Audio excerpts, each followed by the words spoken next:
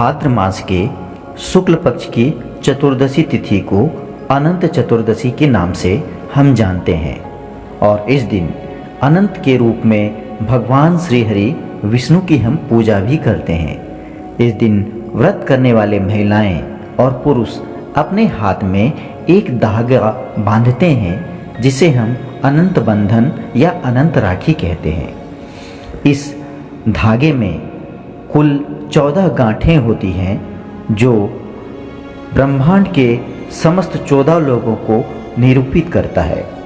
इस धागे को पुरुष अपने दाएं हाथ में और महिलाएं अपने बाएं हाथ में बांधती हैं। भविष्य पुराण के अनुसार जुए में जब पांडव राजपाट हारकर जंगल में भटक रहे थे और कई प्रकार के कष्टों को झेल रहे थे, तब भगवान श्री कृष्ण ने उन्हें अनंत चतुर्दशी का व्रत करने का सलाह दिया और उसी व्रत के प्रभाव से पांडवों के सभी कष्ट दूर हो गए और महाभारत के युद्ध में उन्हें विजय की प्राप्ति भी हुई। अनंत चतुर्दशी के दिन गणपति का विसर्जन होता है, जो कि लगातार 10 दिनों के गणेश उत्सव का समापन दिवस माना जाता है और इस दिन भगवान गणपति की उस प्रतिमा को किसी बहते हुए जल वाली नदी, तालाब या समुद्र में विसर्जित किया जाता है, जिसे गणेश चतुर्थी को स्थापित किया गया होता है। और गणपति उत्सव के इस अंतिम दिन को महाराष्ट्र में बड़े ही धूमधाम और एक बड़े ही उत्सव के रूप में मनाया जाता है। तो आइए सुने कि अनंत चतुर्दशी की कथा क्या है। प्राचीन काल में सुमंत नाम का एक नेक तपस्वी ब्राह्मण था। उसकी पत्नी का नाम दीक्षा था। उसकी एक परम सुंदरी, धर्मपरायण तथा ज्योतिर्मयी कन्या भी थी। उस कन्या का नाम सुशीला था। सुशीला जब बड़ी हुई तो उसकी माता दीक्षा की तब मृत्यु हो चुकी थी। पत्नी के मरने के बाद सुमंत ने कर्कशा नामक स्त्री से अपना दूसरा विवाह कर लिया। शिला का विवाह ब्राह्मण सुमंत ने कौंडिन्य ऋषि के साथ कर दिया। विदाई में कुछ देने की बात पर कर्कशा ने दामाद को कुछ ईंटें और पत्थर के टुकड़े बांधकर दे दिए। कौंडिन्य ऋषि दुखी हो गए। अपनी पत्नी को लेकर अपने आश्रम की ओर वे चल दिए, परंतु रास्ते में रात हो गई। वे नदी के तट पर संध्या करने लगे। सुशीला के पूछने पर उन्होंने विधि पूर्वक अनंत व्रत की महत्ता को बताया। सुशीला ने वहीं से उस व्रत का अनुष्ठान किया और 14 गांठों वाला डोरा हाथ में बांधकर कौंडिन्य ऋषि के पास आ गई। कौंडिन्य ऋषि ने सुशीला से डोरे के बारे में पूछा तो उसने सारी बातें उन्हें कह दिया। उन्होंने डोरे को तोड़कर अग्नि में डाल दिया। इससे भगवान अनंत जी का अपमान हुआ और परिणामतः कौंडिन्य ऋषि दुखी रहने लगे। सारी संपत्ति नष्ट हो गई। इस दरिद्रता का उन्होंने अपनी पत्नी से कारण पूछा तो सुशीला ने अनंत भगवान का डोरा जलाने की बात उनसे कह दी।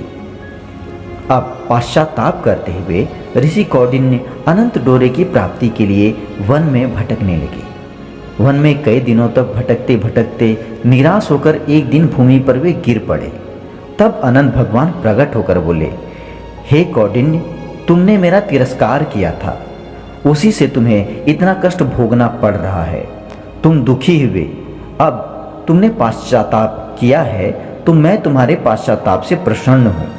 अब तुम घर जाकर विधि पूर्वक अनंत का व्रत करो। 14 वर्ष पर्यंत व्रत करने से तुम्हारा सारा दुख दूर हो जाएगा। तुम धन धान्य से संपन्न हो जाओगे। कौंडिन्य ने वैसा ही किया जैसा उन्हें भगवान के द्वारा बतलाया गया था। आइए अब हम अनंत चतुर्दशी के व्रत विधि को जानें। अनंत चतुर्दशी हिंदू पर्वों के साथ साथ जैन समाज के लिए भी एक महत्वपूर्ण पर्व माना जाता है। जैन धर्म के दशलक्षण पर्व का इस दिन समापन होता है। जैन अनुयायी श्री जी की शोभा यात्रा निकालते हैं और भगवान का जलाभिषेक करते हैं। इस दिन व्रती को प्रातःकाल स्नान करके कलश की स्थापना कर कलश पर अष्टदल कमल के समान बने बर्तन में कुश से निर्मित अनंत की स्थापना करनी चाहिए और फिर शास्त्रानुसार भगवान अनंत के साथ साथ भगवान विष्णु और विघ्नहर्ता गणेश जी का आवाहन उनकी पूजा के लिए करनी चाहिए। आइए अब हम अनंत चतुर्दशी के महत्व को जानें। अनंत चतुर्दशी को भगवान विष्णु का दिन माना जाता है और ऐसी मान्यता भी है इस दिन व्रत करने वाला व्रती यदि विष्णु सहस्त्र नाम का पाठ भी करे तो उसकी मनोवांछित मनोकामना जरूर पूर्ण होती है और भगवान श्री हरि विष्णु उस प्रार्थना करने वाले व्रती पर प्रसन्न होकर उसे सुख संपदा धन धान्य यश वैभव लक्ष्मी पुत्र आदि से सभी प्रकार के सुख प्रदान करते हैं। तो भक्तों, यह थी अनंत चतुर्दशी की कथा। उम्मीद है आपको कथा पसंद आई होगी। अगर मेरी कथा अच्छी लगे तो वीडियो को लाइक करें और चैनल को सब्सक्राइब करना ना भूलें। तो मिलते हैं आपके साथ फिर किसी अगली कड़ी में एक नई कथा या भजन को लेकर। तब तक के लिए मुझे आज्ञा दीजिए। नमस्कार।